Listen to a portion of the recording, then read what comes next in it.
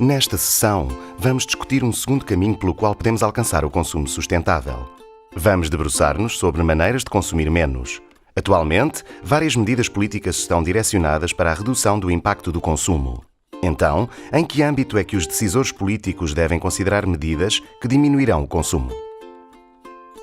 Um dos desafios é que, mesmo se os níveis de consumo caíssem nos países desenvolvidos, o consumo global pode continuar a aumentar, uma vez que as economias e sociedades das nações em desenvolvimento estão a crescer. E há muito espaço para o crescimento nestes países se pensarmos que, em média, um cidadão africano só usa 1/4 dos recursos que um cidadão europeu. Um cidadão asiático usa apenas 1/3. Por outro lado, em média, um cidadão europeu usa metade dos recursos de um nos Estados Unidos da América, Canadá ou Austrália. O crescimento económico nem sempre significa um crescimento correspondente na pressão sobre os recursos. Há casos em que o crescimento foi alcançado sem um aumento semelhante ao nível do uso dos recursos. Mas será isto suficiente? Há quem pense que temos de ir mais longe.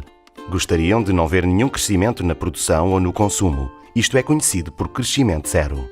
Outros preferiam uma redução dos atuais níveis de produção e consumo, conhecido por decrescimento. O que acha que devemos fazer?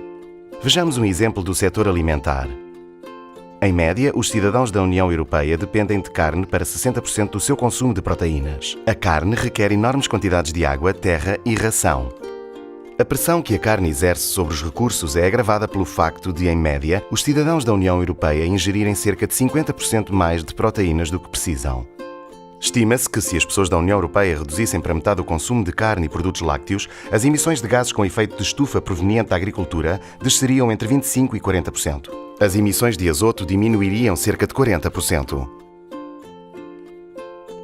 Mesmo onde o impacto ambiental de cada um dos produtos foi reduzido, o grande volume que consumimos pode anular essa redução.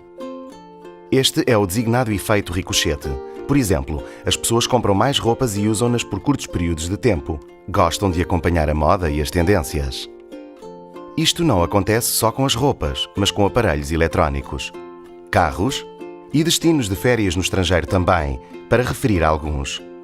Inverter estas tendências obrigará as pessoas a fazer mudanças significativas. Algumas destas mudanças serão facilmente levadas a cabo pelas pessoas. Outras mudanças poderão ter de ser implementadas pelos decisores políticos. A questão é, estaria disposto a reduzir o seu consumo pessoal voluntariamente? E se sim, o que mudaria? Uma parte do aumento atual no consumo é acelerado pela vida útil relativamente curta de alguns produtos. Uma situação que é agravada pelo facto de, por vezes, ficar mais barato substituir um produto avariado do que mandá-lo reparar. Em alguns casos, os avanços tecnológicos significam que um produto foi ultrapassado por uma alternativa mais rápida, mais potente ou mais útil. Nem é novidade que os produtos são concebidos para avariarem após um certo período de tempo. Muitas vezes, a culpa é apenas de um pequeno componente. Isto levanta a possibilidade de procurar formas de aumentar a longevidade dos produtos. Deveria a União Europeia considerar isto? Se sim, como? Se calhar, tornar os produtos modulares poderia aumentar a sua longevidade, permitindo a fácil substituição da peça ultrapassada ou avariada. Por outro lado, os fabricantes poderiam ser obrigados a aceitar a devolução de produtos avariados ou a fornecer garantias mais duradouras. Isto iria encorajá-los a criar produtos mais resistentes à partida. Os cidadãos, por seu lado, poderiam recusar comprar produtos de curta duração. No entanto, as pessoas são constantemente incentivadas a comprar coisas novas, mesmo quando os seus produtos ainda funcionam bem. A publicidade, por exemplo, é uma ferramenta poderosa usada pelos fabricantes e vendedores para gerar procura. Isso levanta uma questão-chave acerca do papel da publicidade no consumo sustentável. Deveriam os reguladores olhar para a relação entre publicidade, consumo e sustentabilidade? Ou isso é ir longe demais? Uma forma através da qual os decisores políticos podiam reduzir o impacto da publicidade no consumo é banir campanhas promocionais que impulsionem o consumo. Da mesma forma, podem estimular campanhas que enfatizem produtos sustentáveis.